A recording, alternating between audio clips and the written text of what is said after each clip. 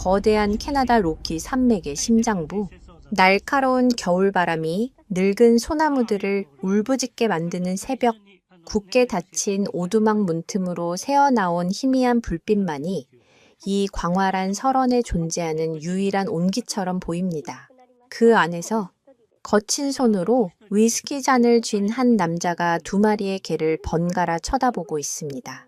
그의 시선은 한쪽에는 자부심과 신뢰를, 다른 한쪽에는 노골적인 경멸을 담고 있습니다. 진도는 완전히 쓸모없어. 남자의 목소리는 벽난로에 장작 타는 소리에 묻히기에는 너무나 단단하고 차가웠습니다.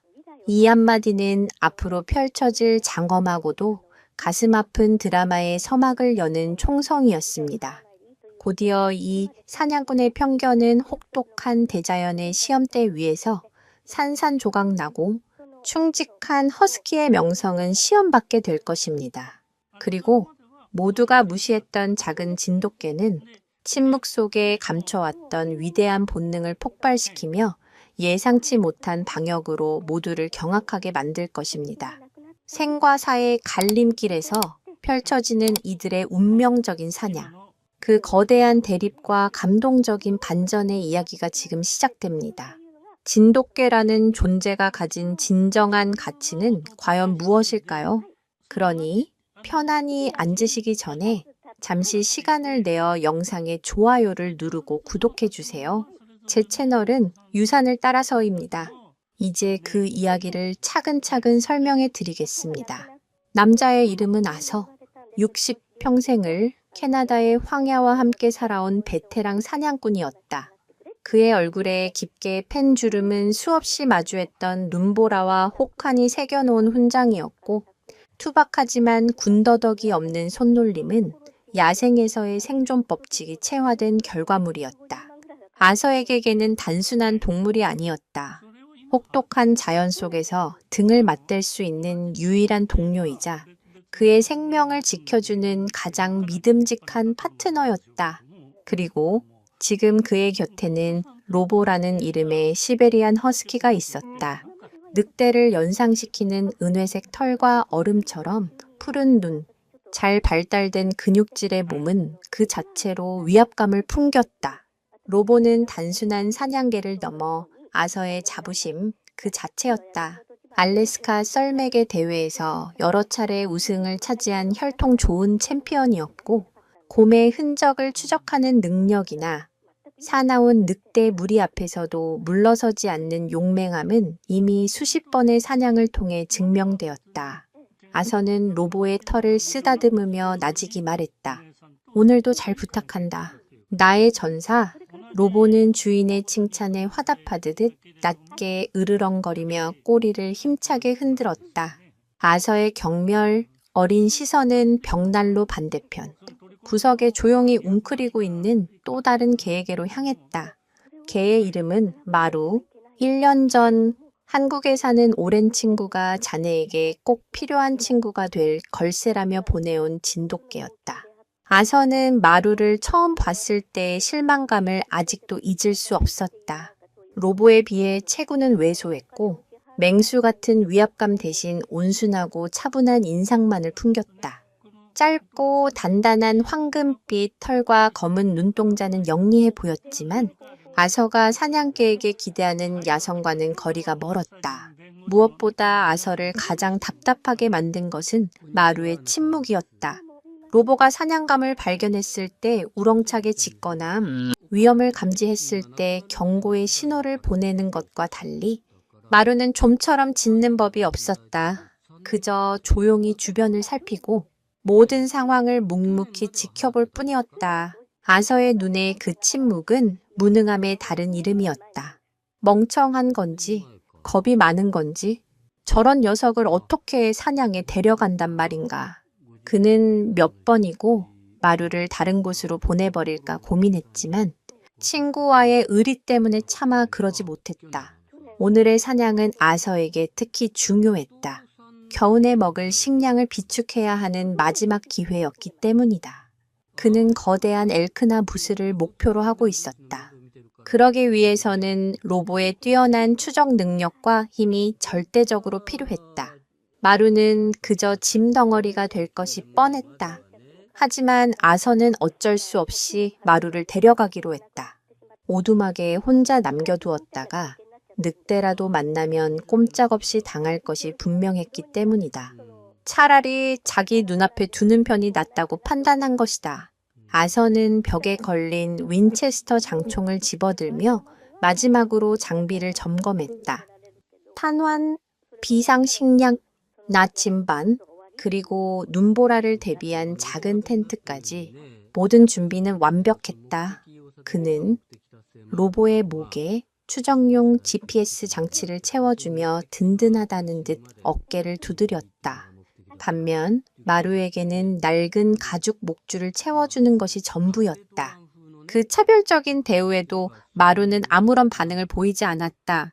그저 묵묵히 주인의 손길을 받아들일 뿐 검은 눈동자는 깊이를 알 수 없는 호수처럼 고요했다. 사실 진돗개는 한반도에서 수천 년간 왕실의 사냥개이자 군견으로 활약하며 호랑이 사냥에도 동원되었던 역사를 가진 세계적으로도 희귀한 품종이다. 그들의 침묵은 무능이 아니라 목표물을 향한 극도의 집중력과 신중함의 표현이라는 사실을 아서는 알지 못했다. 그는 그저 마루의 침묵이 무관심이나 어리석음의 증거라고 굳게 믿을 뿐이었다. 오두막 문이 열리자 새벽의 차가운 공기가 폐부 깊숙이 파고들었다. 아서는 로보를 앞세우고 눈 덮인 숲으로 첫 발을 내디뎠다. 마루는 조용히 그 뒤를 따랐다. 새 그림자가 하얀 설원 위로 길게 늘어졌다. 과연 이 무모한 사냥꾼의 편견은 어떤 결과를 낳게 될까?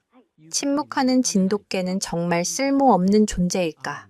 아니면 모두의 예상을 뒤엎을 숨겨진 발톱을 감추고 있는 것일까? 아서의 기억 속에서 로보의 역사는 언제나 눈부신 영광으로 가득 차 있었다. 5년 전 알래스카의 유명한 썰매개의 사육사로부터 거금을 주고 로보를 데려왔을 때 그는 이미 동나이 때 허스키들 사이에서 독보적인 존재였다. 얼어붙은 강을 건너고 가파른 설산을 넘는 600km의 혹독한 레이스. 이디타로데의 주니어 챔피언 출신이라는 타이틀은 로보의 혈통과 능력을 보증하는 증표였다. 아서는 로보의 푸른 눈에서 길들여지지 않은 야생의 영혼과 강철 같은 의지를 보았다. 로보는 그의 기대를 단 한 번도 저버리지 않았다. 사냥에 나설 때마다 로보는 아서의 눈과 귀가 되어 주었다. 수킬로미터 밖의 사슴 냄새를 맡고 깊은 눈 속에 숨은 토끼의 미세한 움직임을 감지해냈다. 한 번은 굶주린 퓨마가 아서를 덮치려던 찰나 번개처럼 달려들어 퓨마의 목덜미를 물고 늘어져 아서의 목숨을 구한 적도 있었다. 그날 이후 로보는 아서에게 단순한 사냥개를 넘어 생명의 은인이자 가장 굳건한 전우가 되었다. 오두막 벽난로 위에는 로보가 물고 온 거대한 무스의 뿔 장식이 자랑스럽게 걸려 있었고 낡은 앨범에는 로보와 함께 사냥한 짐승들 앞에서 찍은 수십 장의 빛바랜 사진들이 빼곡했다. 그 모든 것이 로보의 영광스러운 과거이자 아서의 자부심이었다. 그에 비해 마루는 아서에게 있어 완벽한 이방인이었다. 마루의 과거에 대해 아서가 아는 것이라고는 한국의 진도라는 섬에서 태어났다는 것뿐이었다. 친구는 마루의 혈통 증명서와 함께 이 개는 주인을 절대 배신하지 않는 천연기념물이라는 말을 편지에 적어 보냈지만 아서에게는 그저 낯선 땅의 허울 좋은 수식어에 불과했다. 아서는 썰매개나 수렵견의 혈통과 훈련 기록은 훤히 꿰고 있었지만 진돗개라는 품종에 대해서는 아는 바가 거의 없었다. 그저 아시아의 중형견, 그 이상도 이하도 아니었다. 마루가 오두막에 온 첫날, 아서는 로보와의 서열 정리를 기대하며 둘을 마주하게 했다. 로보는 새로운 경쟁자의 등장에 온몸의 털을 곤두쓰고 위협적으로 으르렁거렸다. 거대한 몸집과 날카로운 이빨을 드러내며 당장이라도 달려들 기세였다. 하지만 마루는 싸울 의지를 전혀 보이지 않았다. 그저 한 걸음 뒤로 물러나 조용히 로보를 응시할 뿐이었다.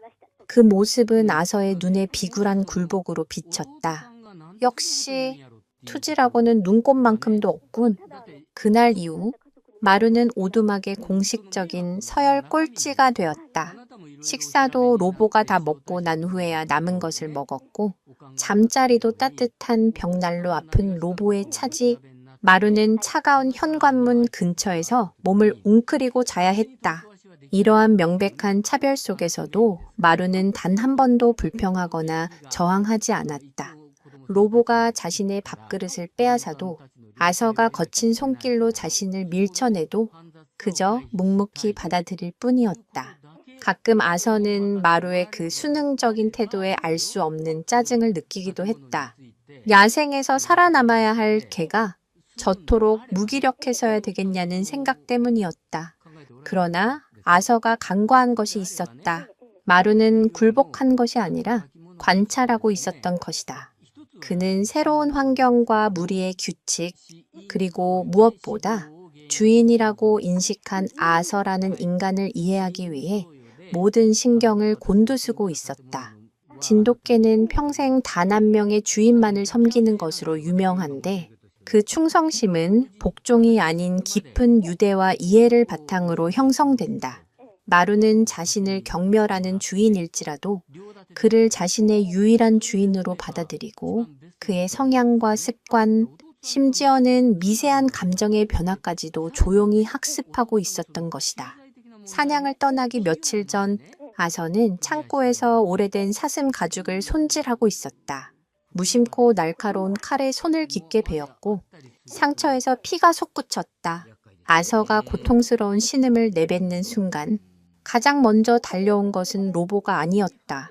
늘 구석에 있던 마루가 번개처럼 달려와 아서의 손을 핥기 시작했다.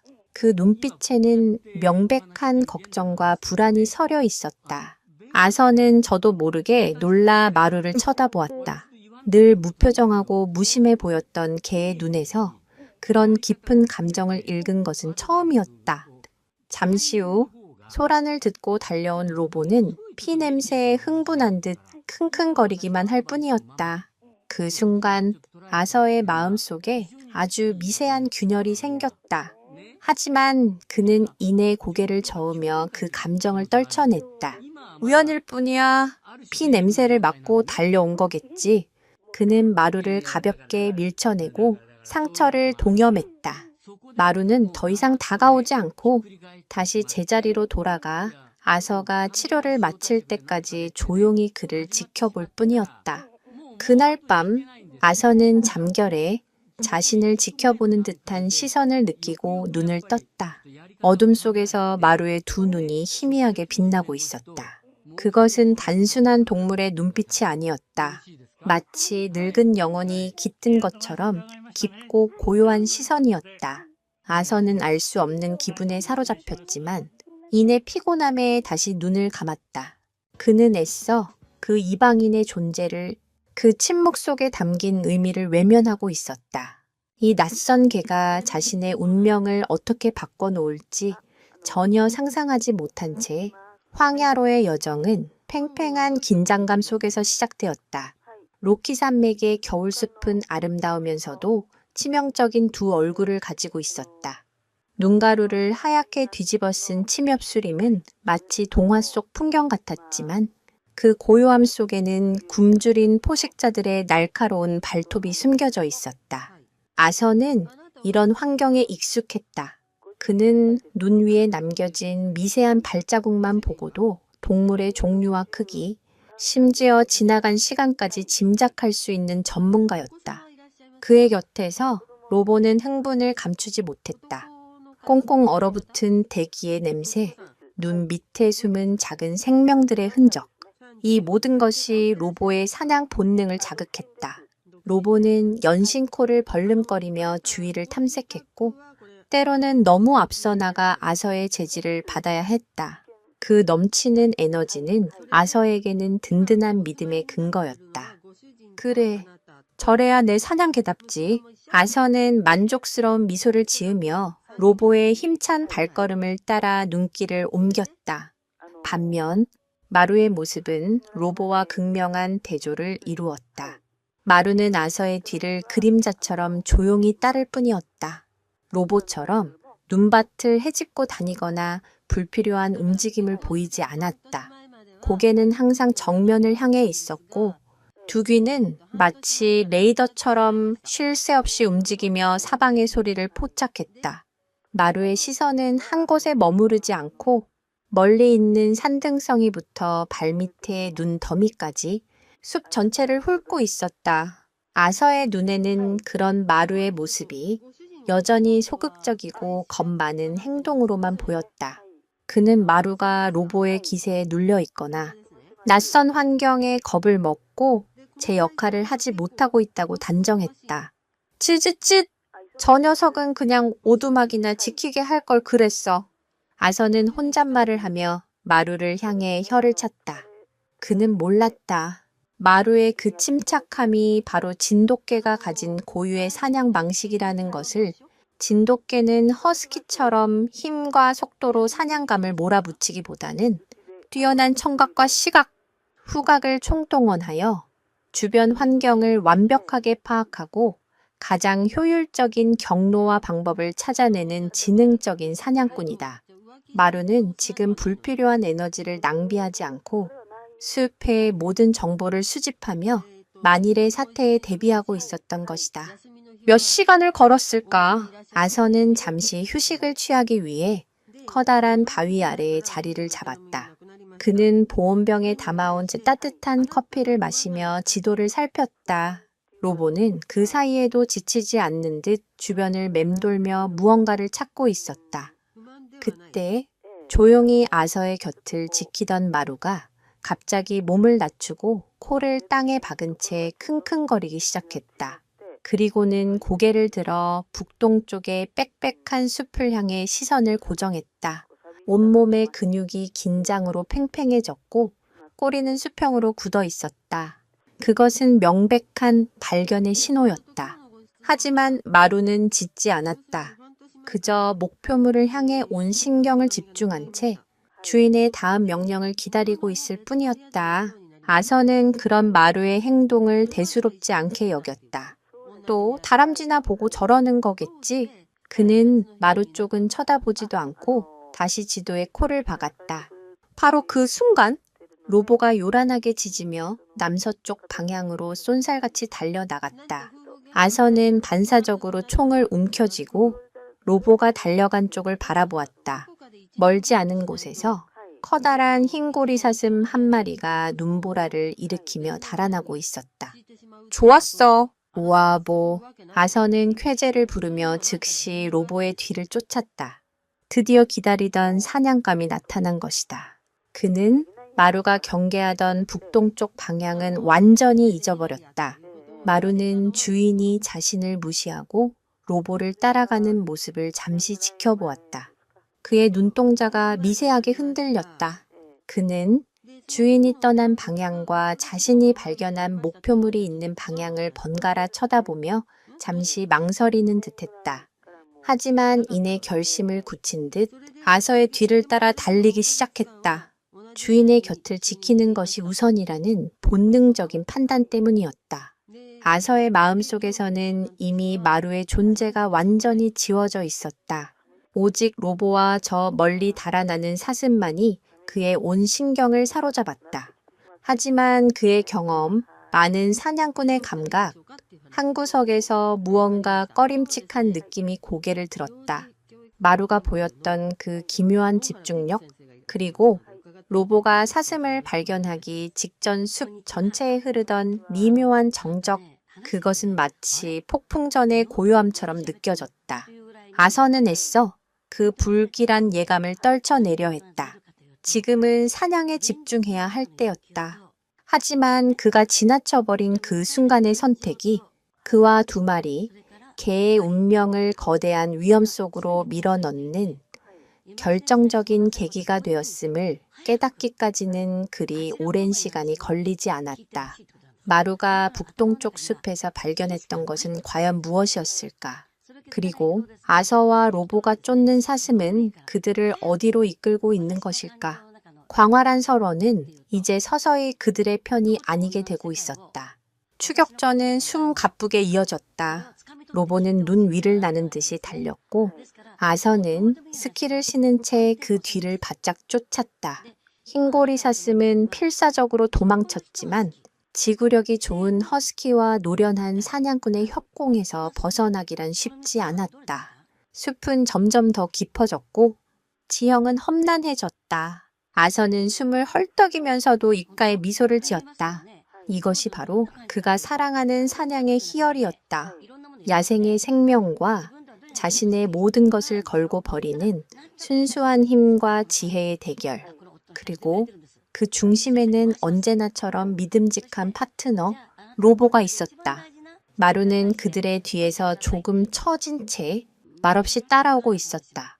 하지만 마루의 시선은 더 이상 달아나는 사슴에게 향해 있지 않았다. 그는 계속해서 주변의 지형과 바람의 방향, 그리고 눈 위에 남겨진 다른 흔적들을 살피고 있었다. 마치 체스판 전체를 읽는 노련한 기사처럼 그는 눈앞에 말 하나가 아닌 전체적인 판의 흐름을 읽고 있었다. 마침내 사슴이 지친 기색을 보이며 속도를 늦추기 시작했다. 아서는 지금이 기회라고 판단했다.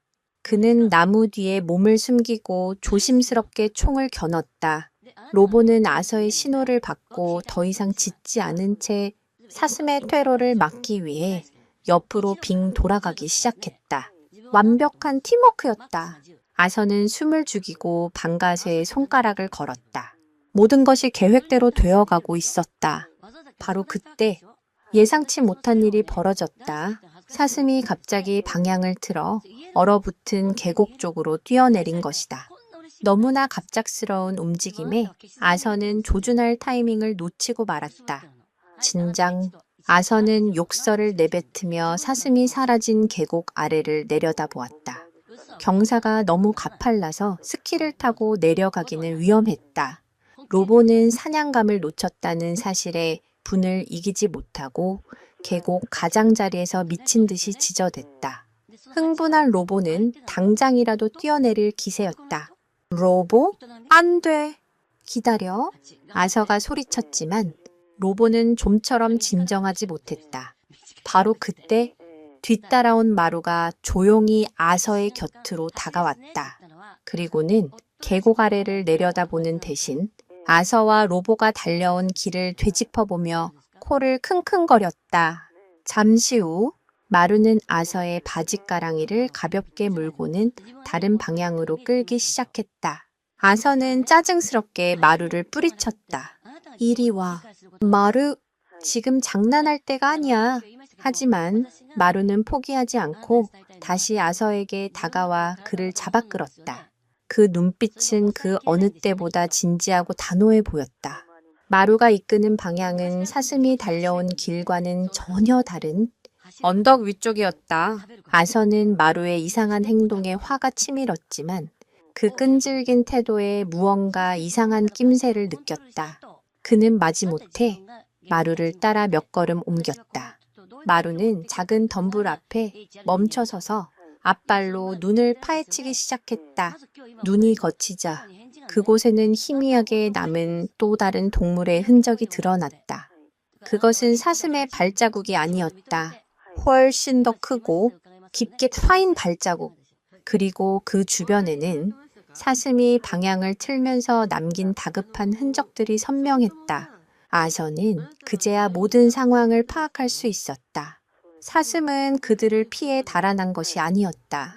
언덕 위에서 나타난 다른 무언가를 피하기 위해 필사적으로 계곡 아래로 뛰어내렸던 것이다. 마루는 사슴의 냄새가 아닌 사슴을 쫓던 진짜 포식자의 냄새를 먼저 감지하고 그 흔적을 찾아낸 것이었다.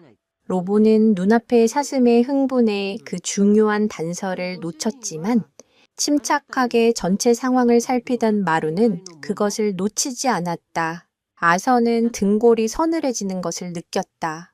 마루가 발견한 흔적을 따라가자 놀라운 사실이 드러났다.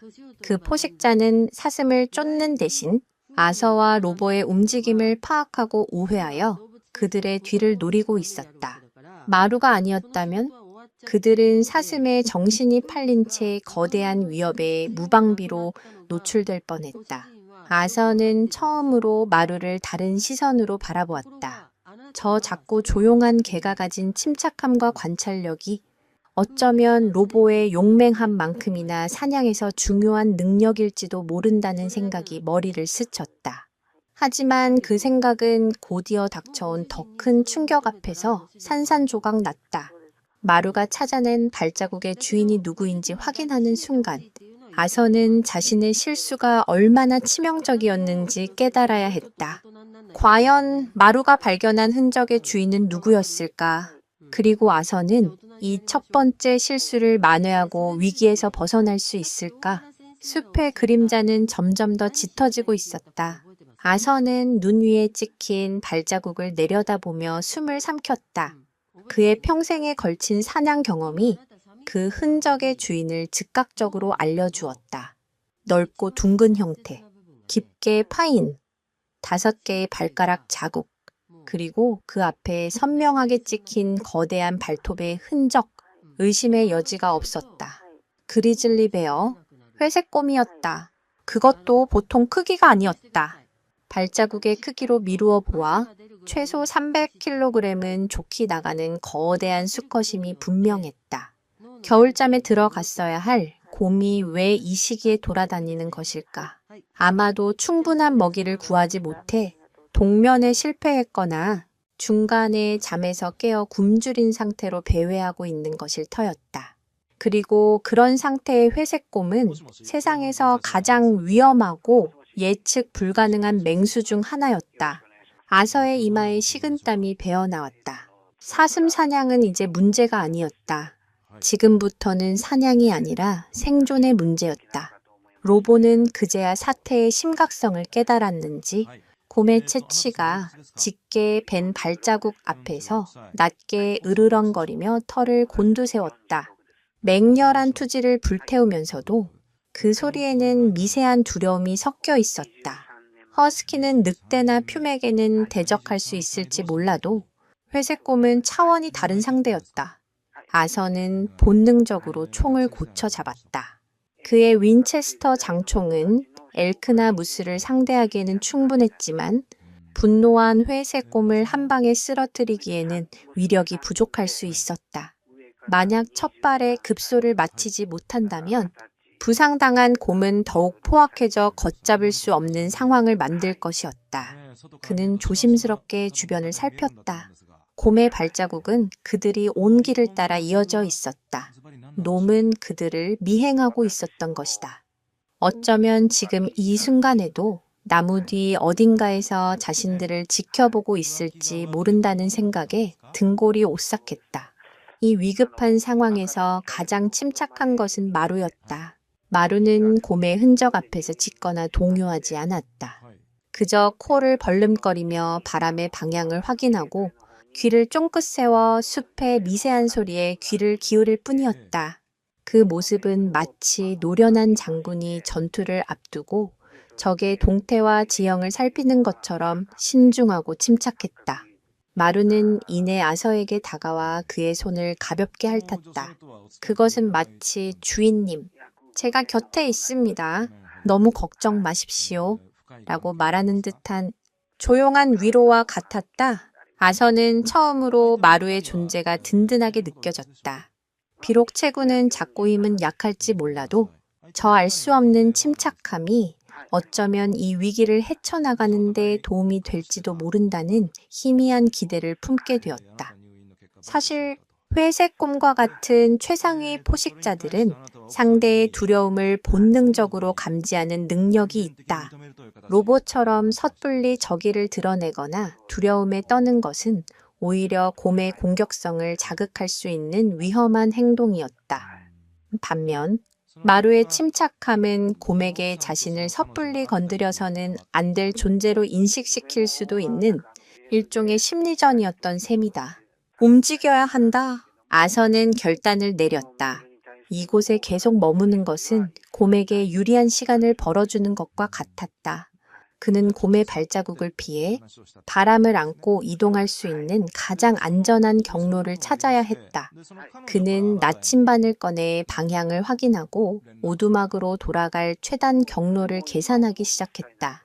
하지만 숲은 이미 그들이 들어왔을 때와는 다른 얼굴을 하고 있었다. 나무들은 더 빽빽해졌고 지형은 더욱 험준해졌다. 마치 거대한 미로 속에 갇힌 기분이었다. 아서는 로보를 앞세우고 마루를 자신의 바로 뒤에 붙여 조심스럽게 발걸음을 옮겼다. 그의 모든 감각이 칼날처럼 날카로워졌다. 나뭇가지가 부러지는 작은 소리에도 바람에 눈가루가 날리는 모습에도 심장이 철렁 내려앉았다. 얼마나 걸었을까? 그들은 작은 가을이 얼어붙은 골짜기에 도착했다. 아서는 이곳을 건너면 능선을 따라 오두막으로 가는 길이 나올 것이라고 판단했다. 그는 로보에게 먼저 건너가라고 신호했다. 로보는 망설임 없이 얼음판 위로 뛰어올랐다. 그런데 아서가 발을 내디디려는 순간 마루가 그의 앞을 가로막으며 으르렁거렸다. 아서가 마루에 으르렁거리는 소리를 들은 것은 이번이 처음이었다. 마루는 얼음판을 향해 맹렬하게 짖으며 아서가 나아가지 못하도록 몸으로 막아섰다. 마루, 비켜. 왜 이래? 아서가 소리쳤지만 마루는 요지부동이었다. 바로 그때 먼저 건너가던 로보의 발 밑에서 쩍 하는 날카로운 소리가 들렸다. 뒤이어 얼음판이 거미줄처럼 갈라지기 시작했다. 로보는 본능적인 위험을 감지하고 재빨리 반대편 기슭으로 뛰어올랐지만 그가 서 있던 자리의 얼음은 순식간에 부서져 내리며 차가운 물살을 드러냈다.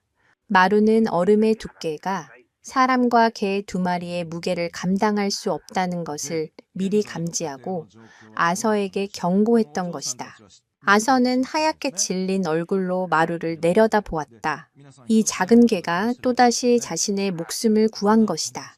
아서의 마음속에서 마루에 대한 편견의 벽이 또 한 겹 허물어져 내리고 있었다. 하지만 안도감도 잠시 그들의 등 뒤 숲 속에서 거대한 어둠이 움직이는 것이 느껴졌다. 곰이 그들을 따라잡은 것이다. 이제 도망칠 곳은 없었다. 회색곰의 위협을 등 뒤로 한 채 아서는 다른 길을 찾아야만 했다. 마루 덕분에 얼음물에 빠지는 최악의 상황은 면했지만 그 소란으로 인해 곰에게 자신들의 위치를 완벽하게 노출하고 말았다. 시간은 그들의 편이 아니었다. 아서는 다급하게 지도를 펼쳤지만 해는 이미 서쪽으로 기울고 있었고 하늘은 심상치 않은 잿빛으로 물들고 있었다. 바람이 점점 더 거세지기 시작했고 눈발이 하나둘 흩날리기 시작했다. 이런 눈보라가 오려는군. 아서는 불안한 목소리로 중얼거렸다. 캐나다 로키의 눈보라는 그 위력을 예측하기 어렵다.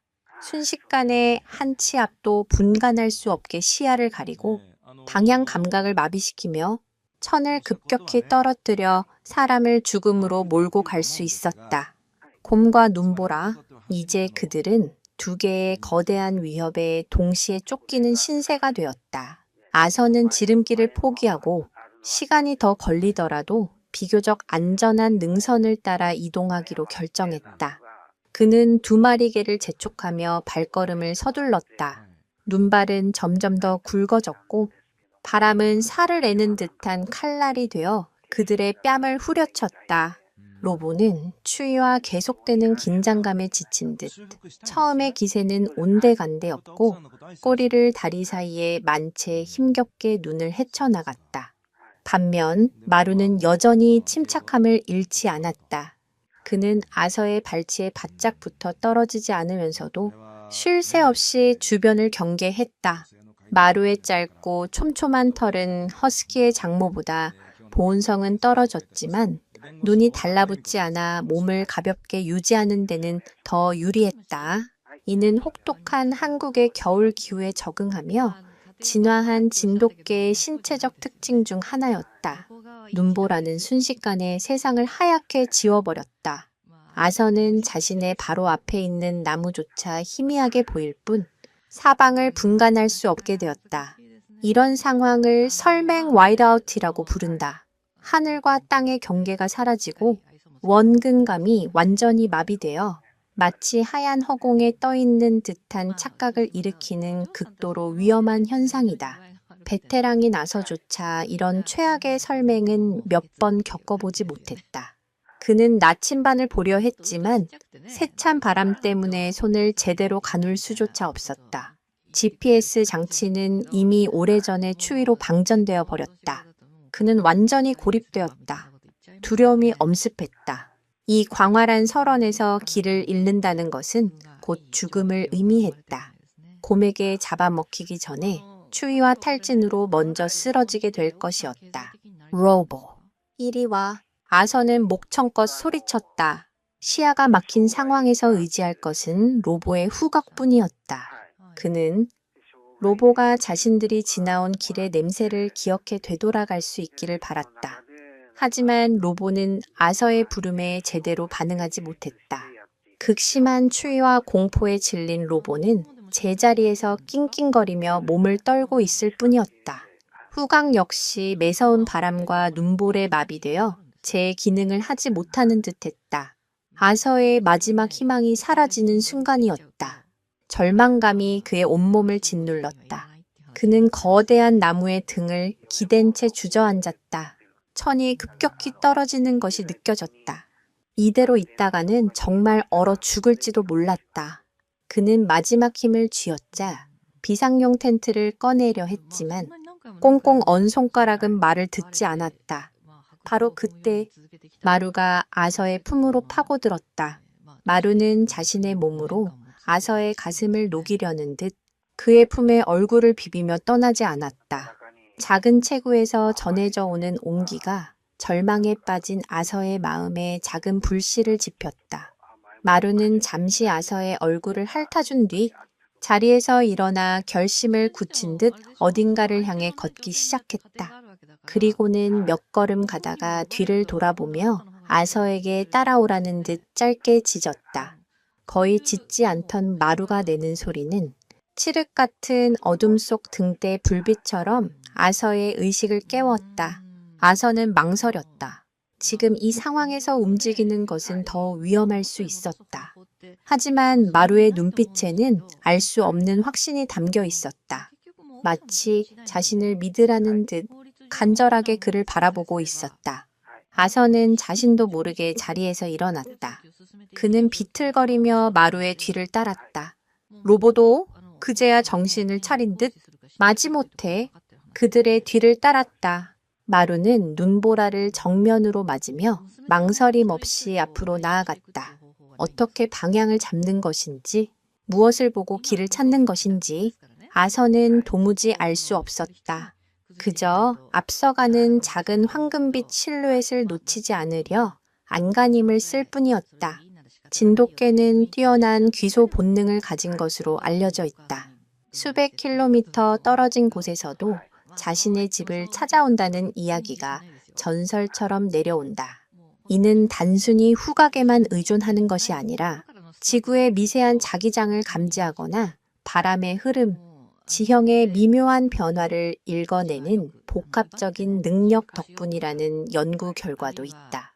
아서는 지금 과학적으로 증명되지 않은 그 전설 같은 본능에 자신의 목숨을 맡기고 있었다. 과연 마루는 이 지독한 눈보라를 뚫고 그들을 안전한 곳으로 인도할 수 있을까? 아니면 더 깊은 절망 속으로 이끌고 가는 것일까? 마루가 그들을 이끈 곳은 거대한 바위들이 겹겹이 쌓여있는 절벽 아래였다. 눈보라가 기적처럼 잠시 잦아들자 아서는 마루가 멈춰 선 곳에 바위 틈새로 형성된 작은 동굴이 있음을 발견했다. 입구는 성인 남자가 겨우 몸을 웅크리고 들어갈 수 있을 정도로 좁았지만 거센 바람과 눈을 피하기에는 더할 나위 없는 피난처였다.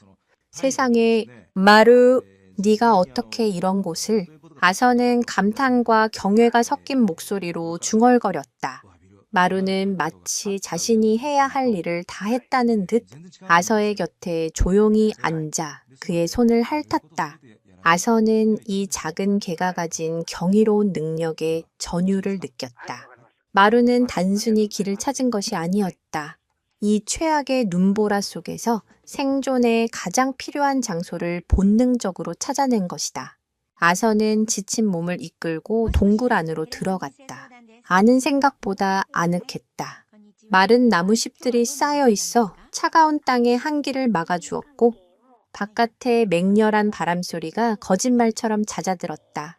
로보도 지친 기색이 역력한 채 동굴 안으로 들어와 그대로 바닥에 쓰러져 헐떡였다. 아서는 배낭에서 비상용 담요를 꺼내 몸을 감쌌다. 살았다는 안도감이 몰려왔지만 긴장이 풀리자 온몸의 피로가 한꺼번에 쏟아졌다. 그는 잠시 눈을 붙이려 했다. 그때였다. 동굴 밖에서 나뭇가지가 우지끈하고 부러지는 소리가 들렸다. 아서는 반사적으로 총을 움켜쥐었다.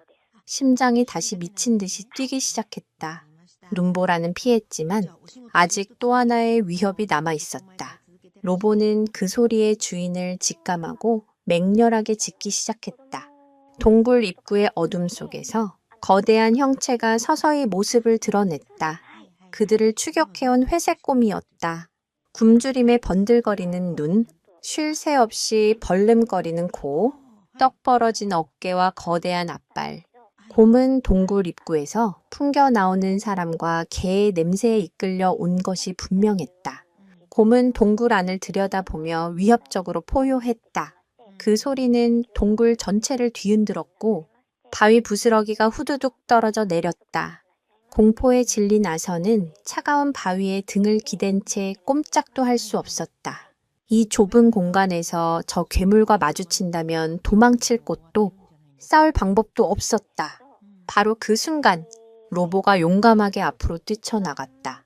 아서의 충직한 전사는 주인을 지키기 위해 자신의 몇 배나 되는 거대한 적에게 맞서기로 결심한 것이다. 로보는 곰을 향해 이빨을 드러내고 맹렬하게 짖어대며 동굴 입구에서 물러서지 않았다. 아서는 로보의 용기에 감동했지만 동시에 그것이 얼마나 무모한 행동인지도 알고 있었다. 로보, 안 돼! 돌아와! 아서가 소리쳤지만 흥분한 로보는 이미 그의 말을 듣지 않았다. 곰은 자신의 앞을 가로막는 작은 개를 귀찮다는 듯 쳐다보았다. 그리고는 거대한 앞발을 들어 로보를 향해 휘둘렀다. 퍽 하는 둔탁한 소리와 함께 로보의 몸이 종이장처럼 날아가 동굴 벽에 부딪혔다니 놓쳤다. 하하는 비명과 함께 로보는 그대로 바닥에 쓰러져 미동도 하지 않았다. 로보의 실패는 상황을 더욱 악화시켰다. 그의 공격적인 행동이 곰의 분노를 자극한 것이다. 곰은 이제 본격적으로 동굴 안으로 들어오기 위해 좁은 입구에 머리를 들이밀기 시작했다. 아서는 절망적인 심정으로 곰의 검은 눈동자와 마주쳤다. 죽음의 그림자가 바로 코앞까지 다가와 있었다. 그는 떨리는 손으로 총을 들어 곰의 머리를 겨눴다. 하지만 이 좁은 공간에서 총을 쏘면 그 소음과 충격으로 동굴이 무너져 내릴 수도 있었다. 진퇴양난의 상황이었다. 곰이 조금씩 동굴 안으로 몸을 비집고 들어왔다. 썩은 생선 같은 악취가 코를 찔렀다. 아서는 눈을 질끈 감았다. 이제 모든 것이 끝났다고 생각했다. 그런데 바로 그때 그의 곁에 있던 마루가 조용히 하지만 단호하게 앞으로 나섰다. 로봇처럼 짖거나 달려들지 않았다. 그저 곰과 아서의 사이에 자신의 작은 몸을 위치시키고 한치의 물러섬도 없이 곰을 노려보고 있었다. 그 침착하고 당당한 모습은 마치 작은 거인과도 같았다. 과연 마루는 이 절체절명의 위기에서 어떤 행동을 보여줄 것인가? 힘이 아닌 다른 무언가로 이 괴물을 막아낼 수 있을까? 마루가 공과 대치하는 그 숨 막히는 순간 아서는 이대로 죽을 수 없다는 생각에 사로잡혔다. 그는 마루가 벌어준 아주 짧은 시간을 이용해 무언가 해야만 했다. 그의 머릿속에 한 가지 계획이 스쳐 지나갔다. 동굴 위쪽, 절벽 가장자리에 위태롭게 걸쳐진 커다란 바위. 만약 저 바위를 굴러떨어뜨릴 수 있다면 곰을 쫓아내거나 최소한 부상을 입혀 위협을 줄일 수 있을 터였다. 그것은 매우 위험한 도박이었다. 자칫 잘못하면 자신이 미끄러져 떨어질 수도 있었고 바위가 엉뚱한 곳으로 굴러갈 수도 있었다. 하지만 달리 방법이 없었다.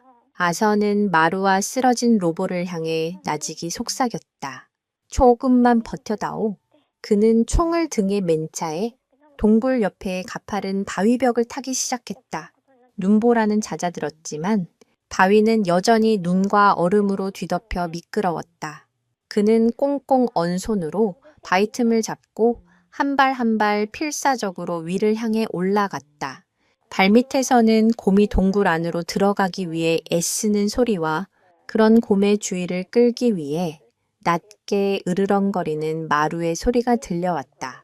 아서는 오직 절벽 위의 바위만을 생각하며 이를 악물고 기어올랐다.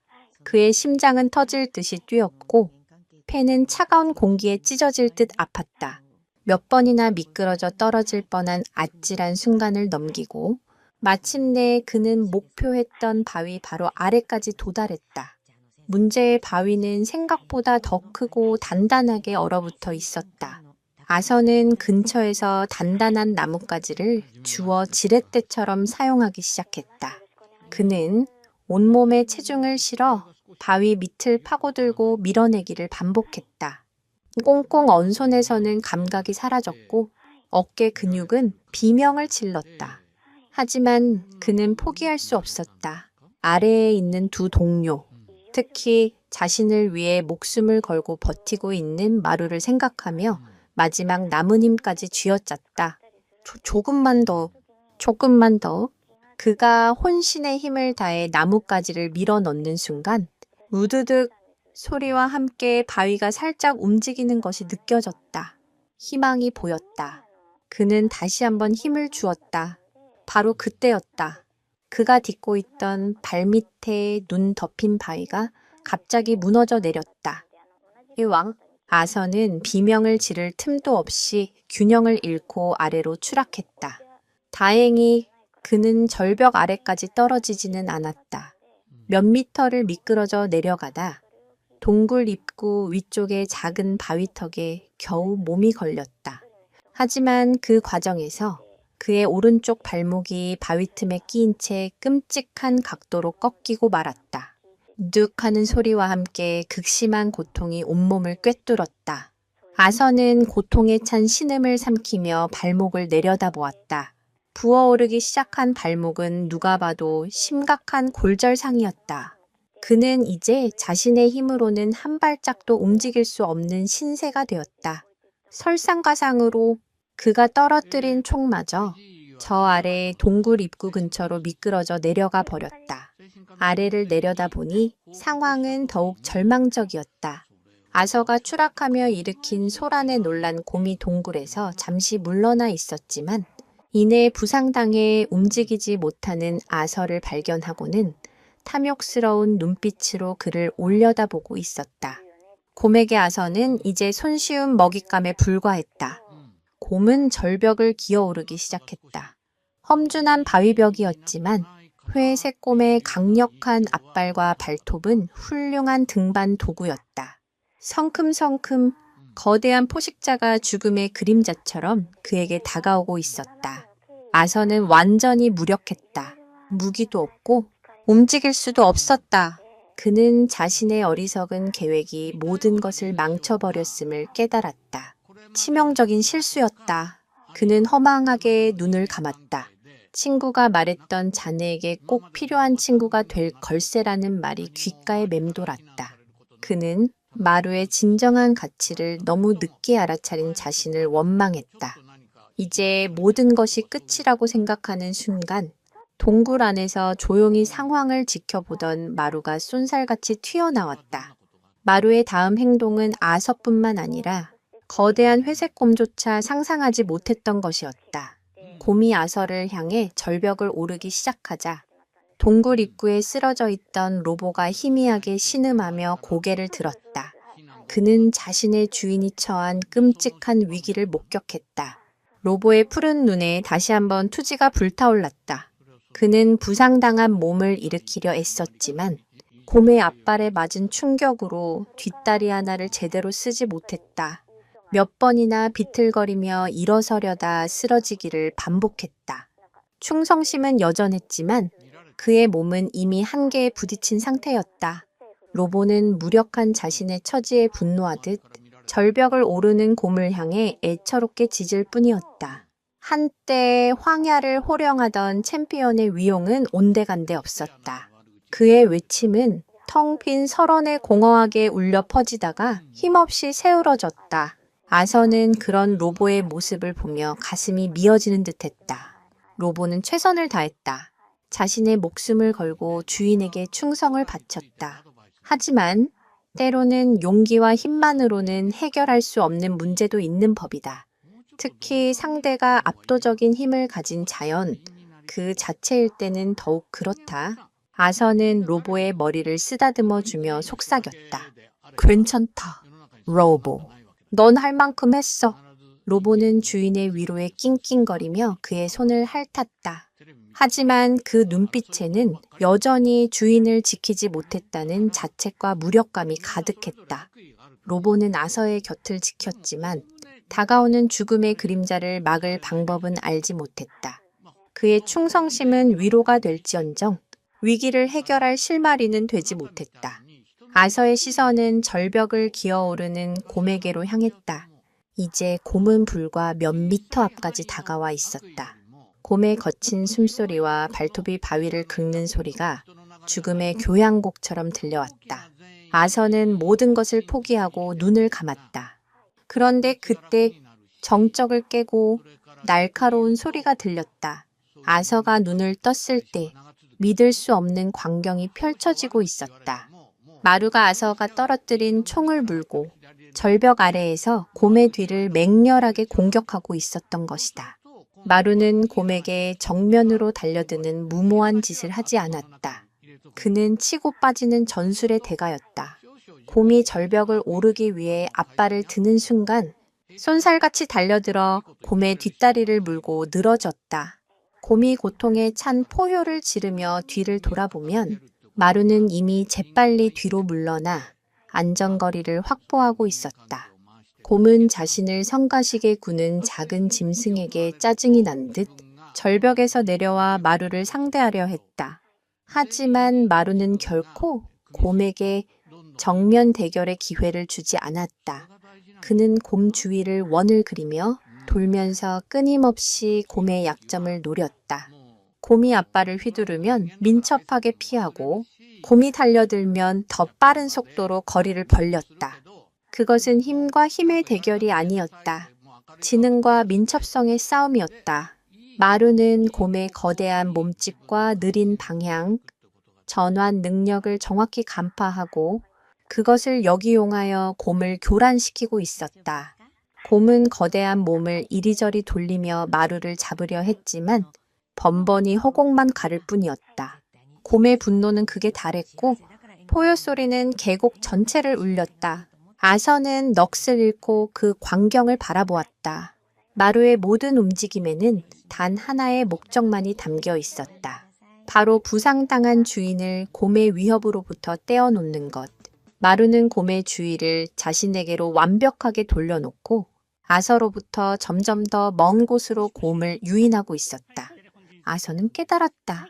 마루의 침묵은 무기력함이 아니었다.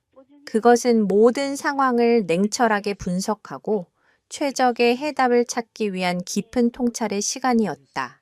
마루의 수능은 비굴함이 아니었다. 주인의 명령을 기다리고 결정적인 순간에 자신의 모든 것을 바치기 위한 헌신의 표현이었다. 아서는 자신이 얼마나 어리석고 편협한 생각에 사로잡혀 있었는지 뼈저리게 느꼈다.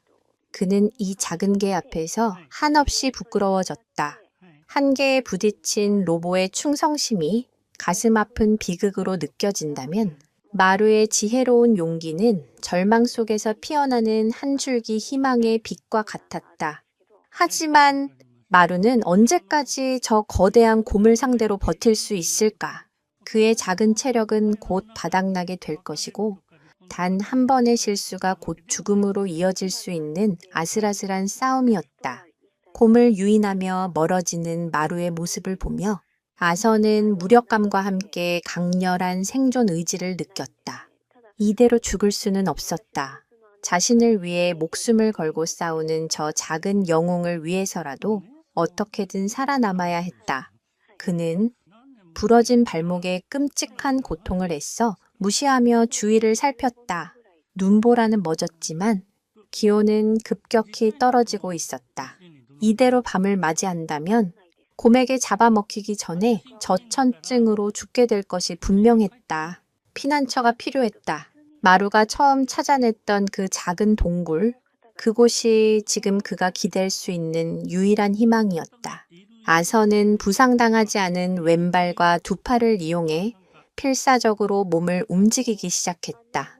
절벽턱에서 동굴 입구까지는 불과 몇 미터 거리였지만 그에게는 마치 수 킬로미터처럼 멀게 느껴졌다.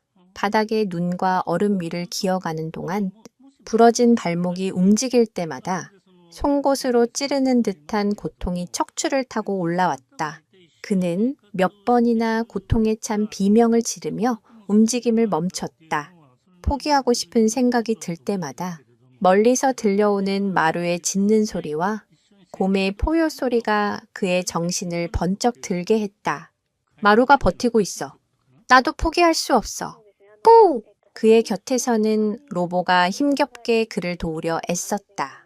로보는 부상당한 다리를 절뚝거리면서도 아서의 옷깃을 물고 앞으로 끌어주려 안간힘을 썼다. 비록 큰 도움은 되지 않았지만 그 충직한 모습은 아서에게 큰 힘이 되어 주었다. 둘은 서로에게 의지하며 한 뼘 한 뼘 지옥 같은 거리를 기어갔다. 마침내 아서의 손이 동굴 입구에 닿았다. 그는 마지막 남은 힘을 다해 몸을 동굴 안으로 밀어 넣었다. 로보도 그 뒤를 따라 들어왔다. 동굴 안은 바깥에 살을 내는 추위와는 비교할 수 없을 만큼 아늑했다. 아서는 거친 숨을 몰아쉬며 차가운 바닥에 등을 기댔다.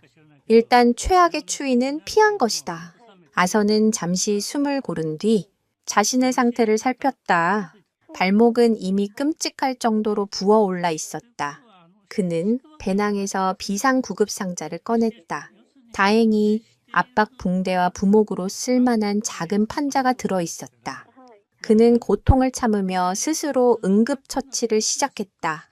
부러진 뼈를 맞추고 부목을 댄 뒤 붕대로 단단히 고정했다. 전문적인 치료는 아니었지만 더 이상의 손상을 막고 고통을 줄이는 데는 도움이 되었다. 처치를 마친 그는 극심한 탈진 상태에 빠졌다. 몸에서 힘이 쭉 빠져나가는 것이 느껴졌다. 하지만 그는 아직 해야 할 일이 남아 있었다. 불을 피워야 했다. 불은 천을 유지해주고 혹시 모를 다른 야생동물의 접근을 막아줄 것이었다. 또한 멀리서 싸우고 있는 마루에게 자신이 안전하다는 신호가 될 수도 있었다. 아서는 동굴 안에서 마른 나무잎과 장아지를 긁어 모았다.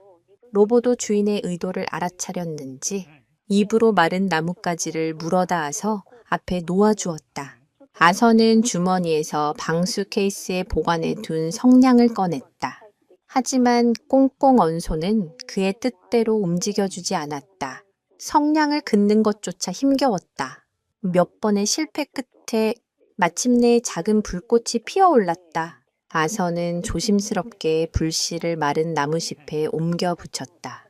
연기가 피어오르더니 이내 작은 불길이 타오르기 시작했다. 주황색 불빛이 어두운 동굴 안을 환하게 비추자 비로소 마음속 깊은 곳에서부터 안도감이 차올랐다. 생존의 불씨가 다시 타오른 것이다. 진돗개의 지혜는 단순히 피난처를 찾는 것에서 그치지 않았다. 마루는 아서에게 시간을 벌어주었다. 스스로 생존할 수 있는 최소한의 시간. 만약 마루가 로봇처럼 무모하게 곰에게 정면으로 덤볐다면 그 역시 로봇처럼 쓰러졌을 것이고 아서는 아무런 희망도 없이 죽음을 맞이했을 것이다. 마루의 지혜로운 싸움 방식이 아서에게 생존의 기회를 제공한 셈이다. 아서는 타오르는 불꽃을 바라보며 마루가 무사히 돌아오기만을 간절히 기도했다. 하지만 곰을 따돌린다고 해도 마루가 이 넓은 숲 속에서 다시 동굴을 찾아올 수 있을까? 그리고 만약 곰이 마루를 포기하고 다시 이곳으로 돌아온다면 이 작은 불꽃만으로 그를 막아낼 수 있을까? 희망의 불씨는 아직 너무나 작고 위태로웠다. 시간이 얼마나 흘렀을까? 동굴 밖은 이미 칠흑 같은 어둠에 잠겨 있었다. 모닥불이 타닥타닥 소리를 내며 동굴 안을 드고 있었지만 아서의 마음은 차갑게 얼어붙어 있었다. 마루는 아직 돌아오지 않았다. 멀리서 들려오던 짖는 소리와 곰의 포효 소리도 더 이상 들리지 않았다. 최악의 상상이 그의 머릿속을 헤집어 놓았다. 마루가 곰에게 당한 것은 아닐까? 혹은 곰을 따돌리는 데는 성공했지만 지쳐서 어딘가에 쓰러져 있는 것은 아닐까? 어둠과 눈으로 뒤덮인 숲 속에서 부상당한 주인을 다시 찾아온다는 것은 거의 불가능에 가까운 일이었다. 아서는 죄책감에 고개를 숙였다. 자신이 조금만 더 일찍 마루의 가치를 알아봤더라면, 그의 경고를 무시하지 않았더라면 이런 끔찍한 상황은 벌어지지 않았을지도 모른다. 그의 곁에서 로보는 불안한 듯 낑낑거리며 동굴 입구와 아서를 번갈아 쳐다보았다. 부상당한 다리가 아픈지 제대로 서지도 못하고 앉은 채로 꼬리만 흔들고 있었다. 아서는 그런 로보의 머리를 쓰다듬어 주었다. 로보에게는 잘못이 없었다. 그는 그저 자신의 본능과 주인의 명령에 충실했을 뿐이다. 아서는 배낭에 남아있던 마지막 육포 조각을 꺼내 로보에게 반을 나눠주었다. 로보는 허겁지겁 그것을 받아 먹었다. 남은 반쪽을 손에 쥔 채 아서는 동굴 밖 어둠을 하염없이 바라보았다. 만약 마루가 돌아온다면 이 작은 육포 조각이라도 먹여야 할 터였다. 하지만 시간이 흐를수록 그 희망은 점점 사그라들었다. 얼마나 지났을까? 거의 의식을 잃고 졸고 있던 아서는 동굴 입구에서 들려오는 희미한 소리에 번쩍 정신이 들었다. 돌과 눈을 긁는 소리. 처음에는 바람 소리나 작은 동물이겠거니 했지만 소리는 끈질기게 이어졌다. 로보 역시 귀를 쫑긋 세우고 입구를 향해 낮게 으르렁거렸다. 아서는 긴장하며 모닥불 옆에 두었던 도끼를 집어들었다. 곰이 다시 돌아온 것일까? 그의 심장이 목구멍까지 차오르는 듯했다. 어둠 속에서 마침내 작은 실루엣이 나타났다. 지치고 더러워졌지만 그 익숙한 황금빛 털과 단호한 눈빛. 마루였다. 마루. 아서는 저도 모르게 외치며 손을 뻗었다.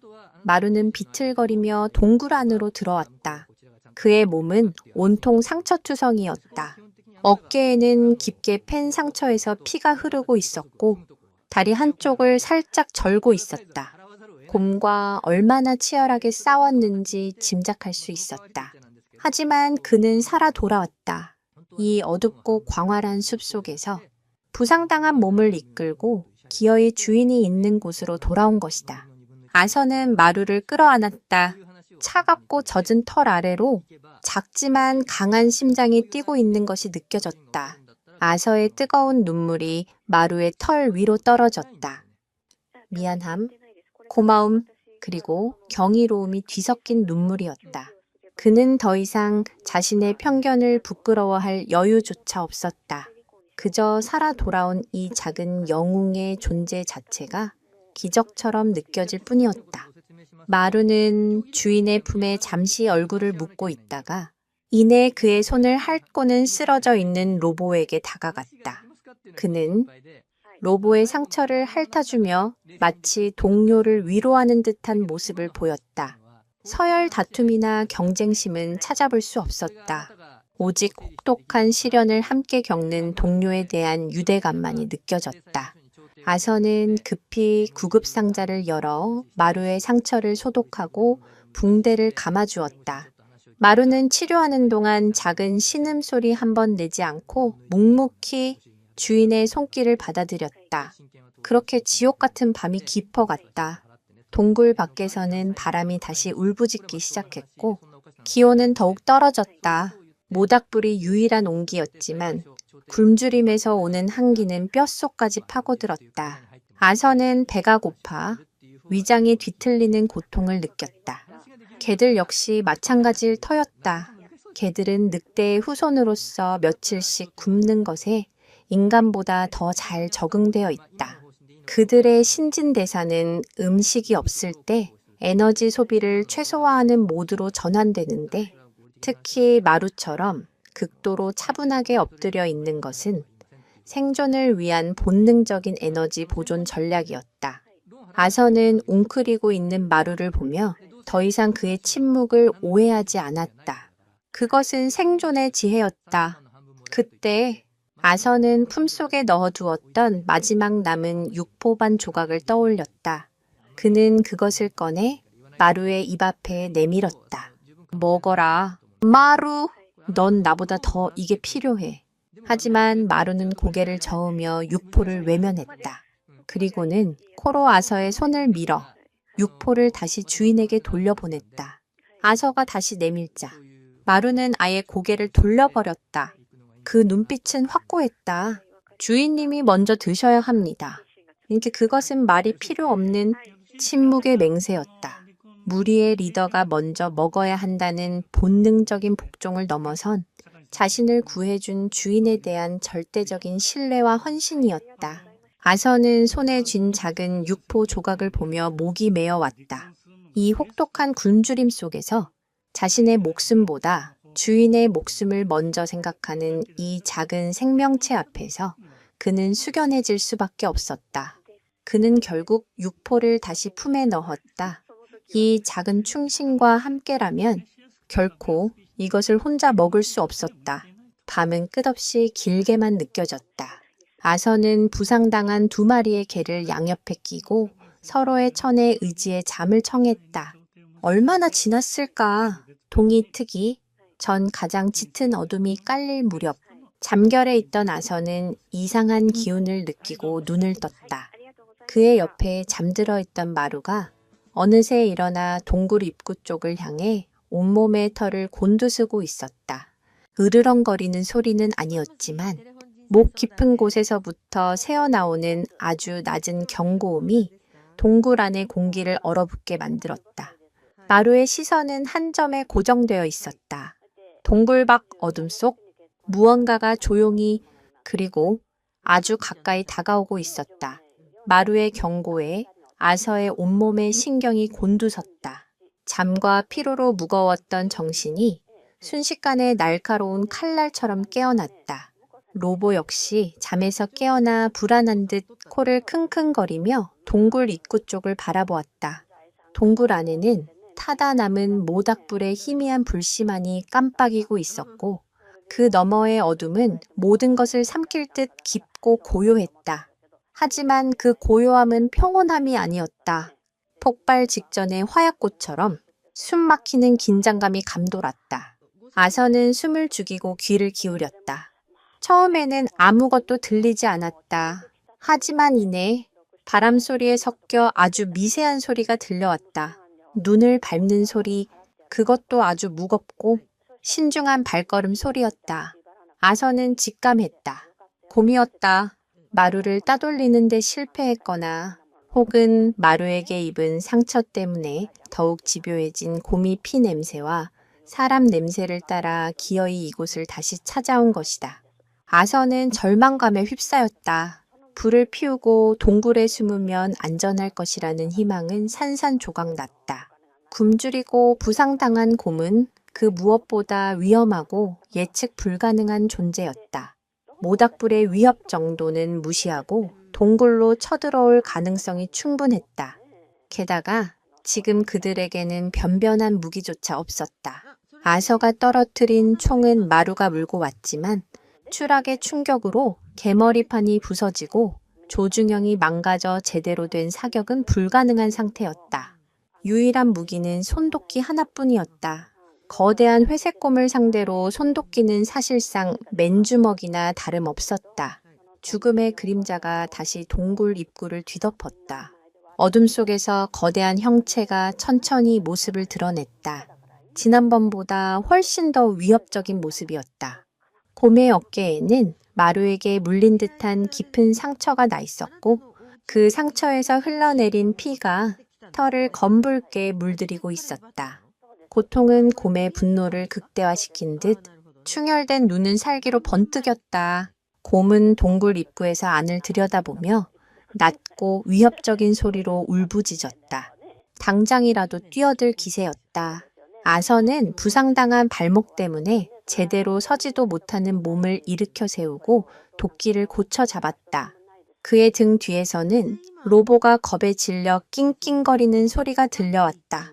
이제 정말 마지막이라고 생각했다.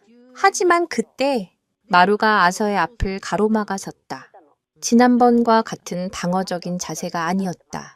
마루는 온몸의 근육을 부풀리고 이빨을 드러낸 채 당장이라도 뛰쳐나갈 듯한 공격적인 자세를 취하고 있었다.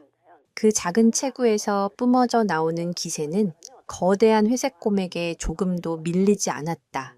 마루의 눈은 이번에는 절대 물러서지 않겠다는 결연한 의지로 불타고 있었다. 아서는 마루의 행동에 당황했다. 이전의 영리한 싸움 방식과는 전혀 다른 자살 행위에 가까운 모습이었기 때문이다. 마루, 안 돼. 미쳤어. 아서가 속삭였지만 마루는 들은 척도 하지 않았다. 곰은 자신의 앞을 가로막는 작은 개를 향해 포효하며 앞발을 들어 내리치려 했다. 모든 것이 끝났다고 생각하는 순간 마루는 곰에게 달려드는 대신 옆으로 비스듬히 동굴벽 쪽으로 뛰었다. 그리고는 동굴벽을 박차고 뛰어올라 곰의 얼굴을 스치듯 지나 반대편으로 착지했다. 너무나 빠르고 예상치 못한 움직임에 곰은 잠시 당황한 듯 주춤했다. 마루는 멈추지 않고 다시 반대편 벽을 박차고 오르며 곰을 교란했다. 그것은 마치 고개와도 같은 움직임이었다. 아서는 그제야 마루의 의도를 깨달았다. 마루는 좁은 동굴이라는 지형을 역이용하고 있었던 것이다. 넓은 공간에서는 힘과 덩치에서 절대적으로 불리했지만 이 좁은 동굴 안에서는 곰의 거대한 몸집이 오히려 움직임을 방해하는 족쇄가 되었다. 반면 작고 민첩한 마루는 벽을 발판 삼아 입체적으로 움직이며 곰이 자신을 제대로 조준하지 못하게 만들고 있었다. 이것은 진돗개가 가진 놀라운 지능과 상황 판단 능력을 보여주는 극적인 장면이었다. 진돗개는 단순히 용맹한 것이 아니라 자신이 처한 환경의 유불리를 순식간에 계산하고 가장 효과적인 싸움의 방식을 찾아내는 전략가이기도 하다. 호랑이 사냥에 동원되었던 옛 기록이 허풍이 아니었음을 증명하는 순간이었다. 곰은 자신의 공격이 계속 빗나가자 점점 더 이성을 잃고 포악하게 날뛰기 시작했다. 거대한 몸으로 동굴 안을 휘젓자 바위 부스러기가 떨어지고 동굴 전체가 울렸다. 아슬아슬한 공방이 계속되는 가운데 마루의 체력도 점점 바닥을 드러내고 있었다. 움직임이 조금씩 느려지고 있었고 숨소리도 거칠어졌다. 단 한 번의 실수가 곧 죽음으로 이어질 수 있는 살얼음판 같은 싸움이었다. 아서는 이 기회를 놓쳐서는 안 된다고 생각했다. 마루가 목숨을 걸고 만들어준 이 기회를 그는 고통을 참으며 부서진 총을 집어들었다. 단 한 발이면 되었다. 과연 아서는 이 마지막 기회를 살려 방역에 성공할 수 있을까? 마루가 곰을 상대로 필사적으로 시간을 버는 동안 아서는 부서진 총을 들고 사투를 벌였다. 조중영은 깨져서 무용지물이었고 개머리판은 덜렁거려 제대로 견착조차 할 수 없었다. 하지만 지금 그에게는 선택의 여지가 없었다. 그는 떨리는 손으로 약실을 확인했다. 다행히 총알 한 발이 장전되어 있었다. 단 한 발의 기회. 그는 이 한 발에 자신과 두 마리 개의 목숨을 걸어야겠다. 아서는 동굴벽에 위태롭게 몸을 기댄 채 곰의 급소를 노리기 시작했다. 하지만 곰은 마루의 현란한 움직임에 정신없이 날뛰고 있어 조준점을 고정하기가 거의 불가능했다. 빗나가는 순간 모든 것은 끝이었다. 재장 전할 시간도 기회도 없을 터였다. 시간이 흐를수록 마루는 눈에 띄게 지쳐갔다. 어깨의 상처에서는 다시 피가 배어 나왔고 날렵하던 움직임은 조금씩 무뎌지고 있었다. 곰의 거대한 앞발이 마루의 옆구리를 스치는 아슬아슬한 순간이 몇 번이나 반복되었다. 아서의 심장은 타들어가는 듯했다. 제발 한 번만 기회를 줘. 칼에 그가 마음속으로 절규하는 순간 기적 같은 일이 벌어졌다. 곰을 유인하던 마루가 갑자기 방향을 틀어와서 쪽으로 달려온 것이다. 그리고는 아서의 발 밑에 바싹 엎드렸다. 마루를 쫓아 달려들던 곰은 갑자기 멈춰 선 목표물을 향해 거대한 몸을 일으켜 세우고 앞발을 들어 내리치려는 자세를 취했다. 바로 그 순간이었다. 곰의 움직임이 멈추고 가슴팍의 급소가 무방비로 노출된 찰나의 순간 마루가 만들어준 절호의 기회였다. 아서는 망설이지 않았다. 그는 본능적으로 반가쇠를 당겼다. 쾅 하는 옥 루시틸리 총성이 좁은 동굴 안을 뒤흔들었다. 동굴 전체가 무너져 내릴 듯한 굉음과 함께 화약 냄새가 코를 찔렀다. 아서는 총의 반동으로 뒤로 나자빠졌다. 모든 것이 영희 속에 휩싸여 한 치 앞도 보이지 않았다. 잠시 시간이 멈춘 듯한 정적이 흘렀다. 이윽고 연기가 서서히 걷히자 믿을 수 없는 광경이 눈앞에 펼쳐졌다. 거대한 회색곰이 가슴에서 피를 쏟아내며 그 자리에 쓰러져 있었다. 아서의 총알이 정확하게 심장을 관통한 것이다. 곰은 몇 번 더 몸을 꿈틀거리더니 이내 완전히 움직임을 멈췄다. 지독했던 악몽이 마침내 끝나는 순간이었다. 아서는 한동안 멍하니 쓰러진 곰을 바라보았다. 현실감이 느껴지지 않았다. 그가 이 부상당한 몸으로, 이 망가진 총으로 저 거대한 괴물을 쓰러뜨렸다는 사실이 믿기지 않았다. 그는 천천히 자신의 옆을 돌아보았다. 그의 발치에는 마루가 엎드린 채 거친 숨을 몰아쉬고 있었다. 마루는 마지막 순간에 자신을 미끼로 던져 주인에게 결정적인 기회를 만들어 주었던 것이다. 그것은 단순한 본능이 아니었다. 주인과의 완벽한 교감과 신뢰가 없이는 불가능한 목숨을 건 연계 플레이였다.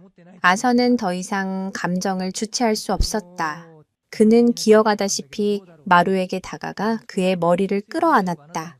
마루야. 아서의 입에서 처음으로 다정한 이름이 흘러나왔다. 그의 눈에서는 뜨거운 눈물이 쉴 새 없이 흘러내렸다. 그것은 공포와 안도감, 그리고 미안함과 고마움이 뒤섞인 한 사냥꾼의 뒤늦은 참회의 눈물이었다. 그는 자신이 얼마나 오만하고 어리석었는지, 생명의 가치를 얼마나 편협한 잣대로 재단해 왔는지 깨달았다. 그는 진돗개라는 위대한 견종의 충성심과 지혜를 무시했고 겉모습만으로 모든 것을 판단하는 치명적인 실수를 저질렀다. 그리고 그 대가를 자신의 목숨으로 치를 뻔했다. 마루는 아서의 눈물을 조용히 핥아주었다. 그 까만 눈동자는 여전히 깊고 고요했지만 이제 아서는 그 눈 속에서 자신을 향한 무한한 신뢰와 애정을 읽을 수 있었다. 두 생명은 비로소 진정한 의미의 파트너가 되었다. 한때 쓸모없다고 경멸했던 존재가 이제는 그의 생명을 구원한 영웅이자 세상 무엇과도 바꿀 수 없는 소중한 가족이 된 것이다. 이 작은 거인의 용맹한 방역은 한 인간의 얼어붙었던 마음을 녹이고 그에게 생명의 진정한 의미를 가르쳐 주었다. 곰이 쓰러진 후 동굴 안에는 길고 무거운 침묵이 흘렀다. 아서는 마루를 끌어안은 채 한참 동안 움직이지 않았다. 지독한 사투가 끝났다는 안도감과 살아남았다는 현실감이 뒤늦게 밀려왔다. 그는 마루의 상처를 다시 한번 살폈다. 다행히 곰의 마지막 공격에 다치지는 않았지만 기존의 상처가 다시 벌어져 피가 흐르고 있었다. 온몸의 근육은 탈진으로 미세하게 떨리고 있었다. 아서는 자신의 셔츠를 찢어 마루의 상처를 다시 단단히 동여매 주었다. 그의 손길은 이전과는 비교할 수 없을 만큼 부드럽고 조심스러웠다. 그것은 더 이상 사냥개나 도구를 대하는 손길이 아니었다. 자신의 목숨을 구해준 영웅이자 소중한 가족을 대하는 경건한 손길이었다. 로보는 겁에 질려 동굴 구석에 웅크리고 있다가 모든 상황이 끝났음을 인지하고 조심스럽게 다가왔다. 로보는 쓰러진 곰의 냄새를 맡고는 경계심을 풀고 아서의 손을 핥았다. 아서는 로보의 머리도 쓰다듬어 주었다. 너도 고생했다. 아, 녀석. 비록 결정적인 순간에 공포에 질리기는 했지만 로보 역시 주인을 지키려 했던 충직한 파트너였다. 아서는 깨달았다. 로보의 용맹함과 마루의 지혜, 이 두 가지가 모두 자신에게 필요한 것이었음을 그는 그동안 로보의 가치만을 인정하고 마루의 가치를 알아보지 못하는 편협함에 빠져 있었다. 진정한 리더는 각자의 장점을 이해하고 존중하며 이끌어주는 존재여야 했다. 그는 사냥꾼으로서는 베테랑이었을지 몰라도 무리의 리더로서는 실격이었다. 아서는 쓰러진 곰을 바라보았다. 이 거대한 맹수는 이제 그들에게 위협이 아닌 생존을 위한 마지막 희망이 되어주었다. 곰고기는 훌륭한 식량이 될 것이었고 두꺼운 가죽은 추위를 막아줄 보온재가 될 터였다. 그는 도끼를 들고 곰을 해체하기 시작했다.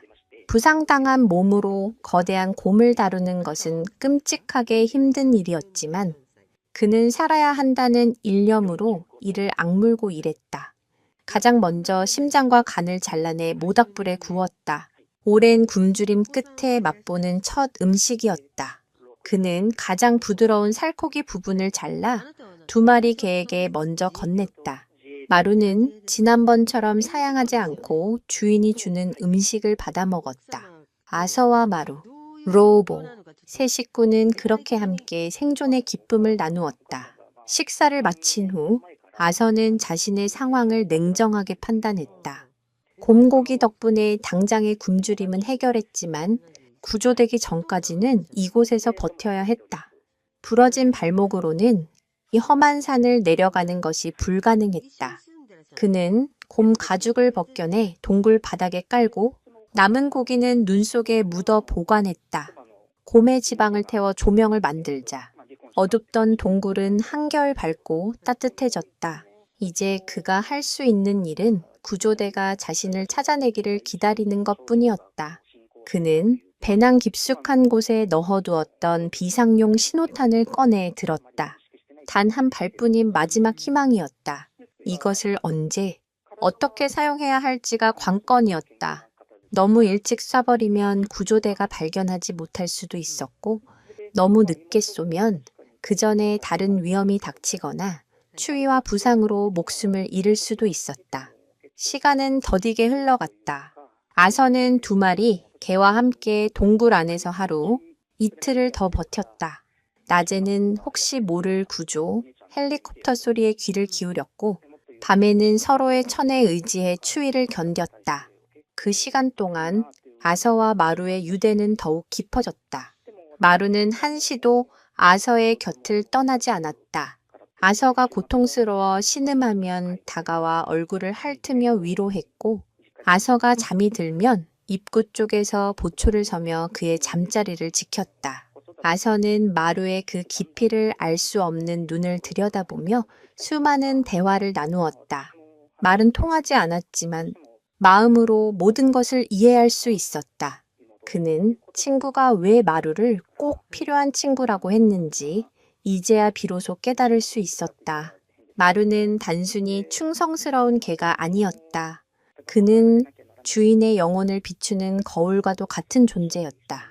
아서는 마루를 통해 자신의 오만과 편견, 그리고 그 안에 숨겨진 외로움을 마주할 수 있었다.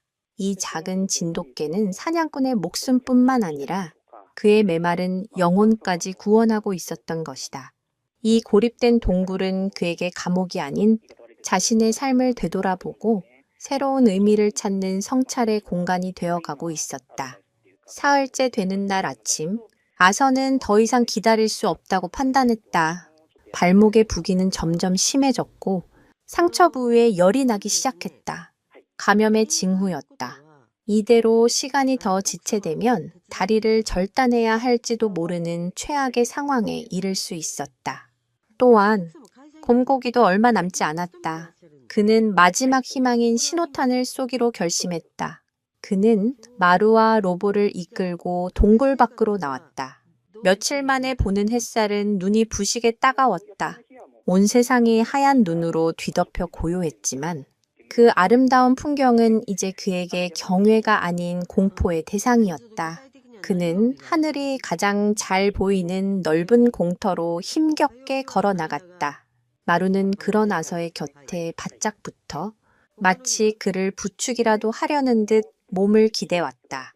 아서는 신호탄 발사기를 꺼내 하늘을 향해 겨누었다. 그는 심호흡을 했다. 이 한 발에 모든 것이 달려 있었다. 만약 아무도 이 신호를 보지 못한다면 그들에게 더 이상의 희망은 없었다. 그는 반가쇠를 당기기 전 마지막으로 자신의 두 파트너를 돌아보았다. 로보는 여전히 그의 곁에서 충직하게 그를 올려다보고 있었고 마루는 저 멀리 산등성이를 바라보며 주변을 경계하고 있었다. 그 모습에 아서는 미소를 지었다. 설령 이곳에서 죽음을 맞이한다 하더라도 이토록 훌륭한 동료들과 함께라면 외롭지 않을 것 같았다.